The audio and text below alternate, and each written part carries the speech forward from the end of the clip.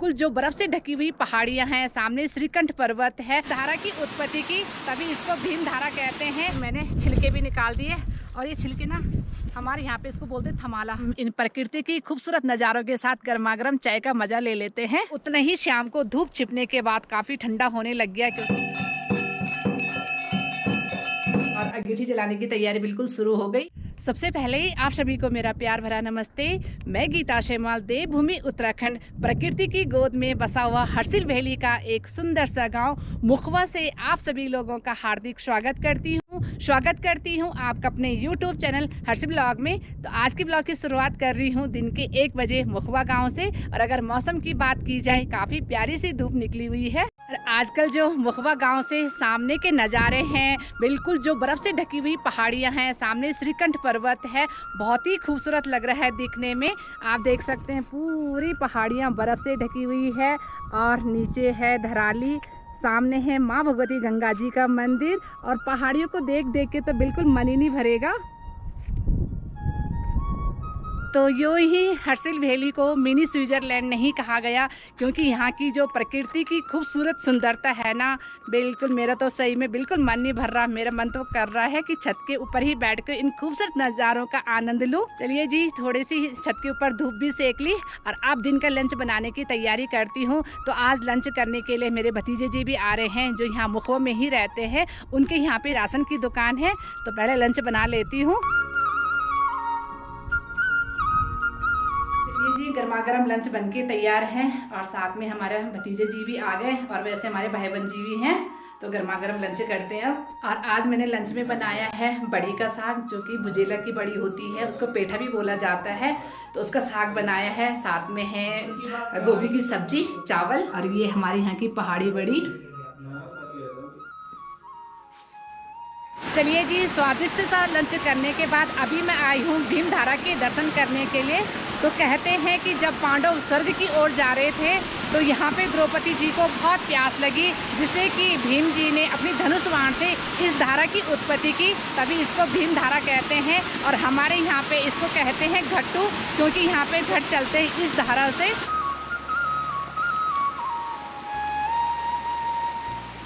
तो अभी मेरी तैयारी है बगीचे में जाने की। थोड़ी देर तक बगीचे का काम करूँगी, सेब वगैरह के जो पेड़ हैं उनके थौले वगैरह बनाऊंगी। और अब आज जो है ना मौसम बहुत ही प्यारा हो रखा, बहुत अच्छी सी तेज़ धूप निकल रही है। और आजकल लोग अपने सेब के पेड़ों की कटाई वगैरह कर रहे हैं और आजकल सेब के पेड़ों की पूरी पत्तियां वगैरह सभी कुछ झड़ी हुई है और साथ साथ में जितना घास वगैरह है सारा सूखा हुआ है। और जब यहाँ पे सीजन पे सेब रहते हैं ना, तो पेड़ों में बिल्कुल सेब ही सेब नज़र आते हैं और आजकल एकदम खाली खाली से पेड़ हो रखे हैं।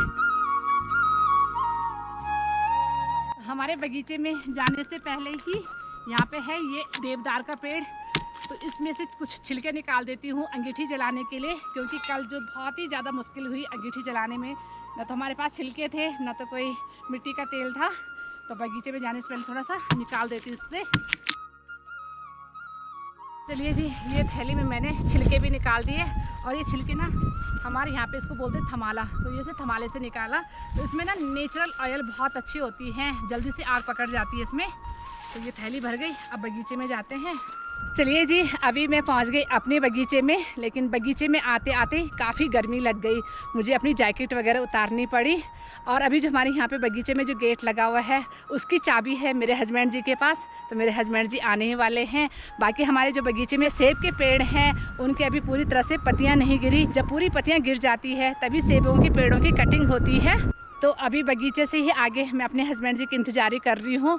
और यहाँ से जो सामने व्यू दिख रहा है ना, पहाड़ियों में इतनी अच्छी सी बर्फ़ पड़ी हुई है जो हमारे बगीचे से देखने में ही बहुत सुंदर दिख रही है।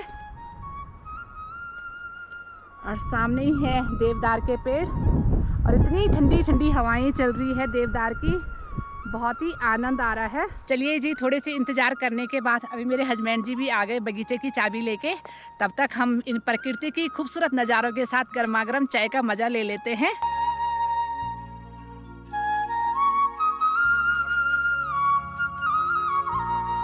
चलिए जी, थोड़ी देर तक बगीचे के काम करने के बाद अभी निकल रहे हैं घर के लिए। लेकिन दिन के टाइम पे धूप में काफ़ी तेज़ी है, काफ़ी गर्म हो रहा है और उतना ही शाम को धूप छिपने के बाद काफ़ी ठंडा होने लग गया, क्योंकि सामने बिल्कुल बर्फ़ की पहाड़ियाँ हैं और देवदार की ठंडी ठंडी हवाएं आती हैं।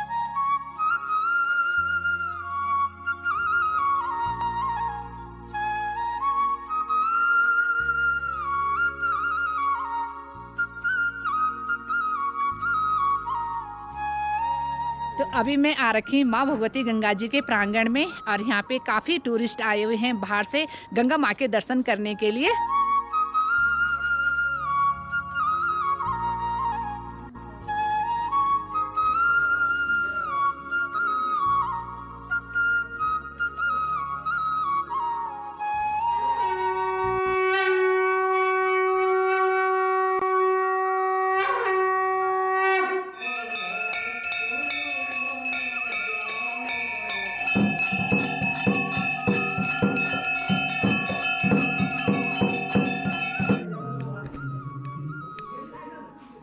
चलिए जी, अभी माँ भगवती गंगा जी की आरती भी हो गई और साथ में है यहाँ पे हमारी शमेश्वर देवता की डोली।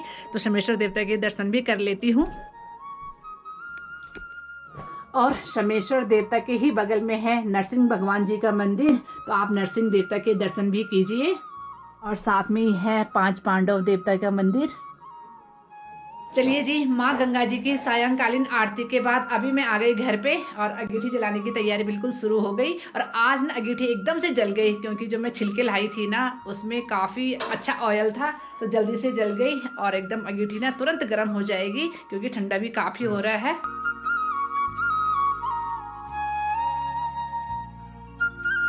अभी बुखारी भी बहुत अच्छे से जल गई, बिल्कुल एकदम इसकी हीट ना बहुत दूर तक आ रही है। बिल्कुल मेरा ये गाल एकदम लाल से हो गया और साथ साथ इसमें बन रही है चाय। तो अभी बाहर का जो टेम्परेचर है वो है लगभग 2 डिग्री और रात का जो टेम्परेचर होता है वो -3 या 4 तक चले जाता है। तो अब रात की डिनर की तैयारी करते हैं और आज के ब्लॉग को यहीं पे एंड करती हूँ। आई होप आप लोगों को मेरा ब्लॉग पसंद आया होगा।